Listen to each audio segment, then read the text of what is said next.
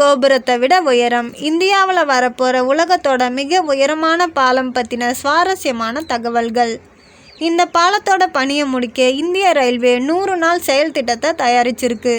செனாப் பாலத்தோட ரயில் எப்போது ஓட ஆரம்பிக்கும், இந்த பயணத்தை மேற்கொள்ள பயணிகளுக்கு எப்போ வாய்ப்பு கிடைக்கும், இதை தெரிஞ்சுக்கிறதுக்கு முன்னாடி உலகத்தோட மிக உயரமான ரயில் பாலம் தொடர்பான சில ஆச்சரியமான உண்மைகளை தெரிஞ்சுக்கலாம்.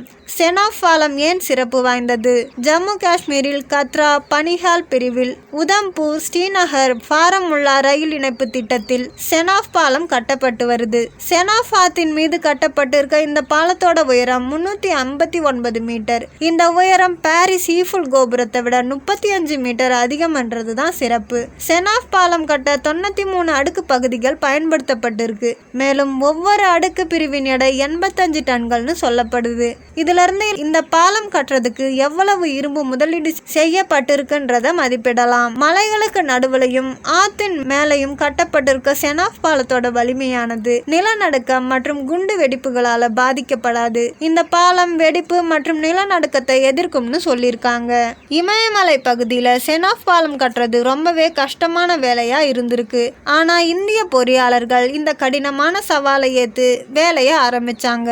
இந்த பாலம் மணிக்கு 100 கிலோமீட்டர் வேகத்துல ரயில்கள் செல்லும் வகையில வடிவமைக்கப்பட்டிருக்கு. உலகத்தோட மிக உயரமான பாலத்தின் உறுதித்தன்மை மற்றும் பாதுகாப்பை சரிபார்க்க சோதனைகள் நடத்தப்பட்டிருக்கு.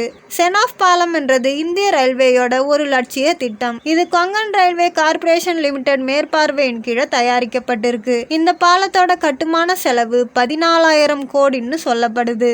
செனாப் பாலத்தை கட்டுறதுல IIT, DRDO, இந்திய புவியியல் ஆய்வு உள்ளிட்ட பல சர்வதேச நிறுவனங்கள் பங்களிச்சிருக்கு. செனாப் பாலத்துல ரயில் எப்போ இயக்கப்படும்? டைம்ஸ் ஆஃப் இந்தியாவோட அறிக்கையின்படி செனாப் பாலம் இந்த ஆண்டு திறக்கப்படும்னு சொல்லப்படுது. செனாப் பாலம் முழுமையா தயாராகி விட்டதாகவும் 111 கிலோமீட்டர் நீளமுள்ள கத்ரா பனிஹால் பகுதி தயாரானதும் இந்த பாலம் ரயில்களோட இயக்கத்திற்காக திறக்கப்படும்னு ரயில்வே அதிகாரிகள் சொல்லியிருக்காங்க.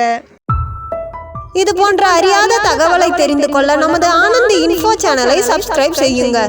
உங்கள் நண்பர்களுக்கும் ஷேர் செய்யுங்க.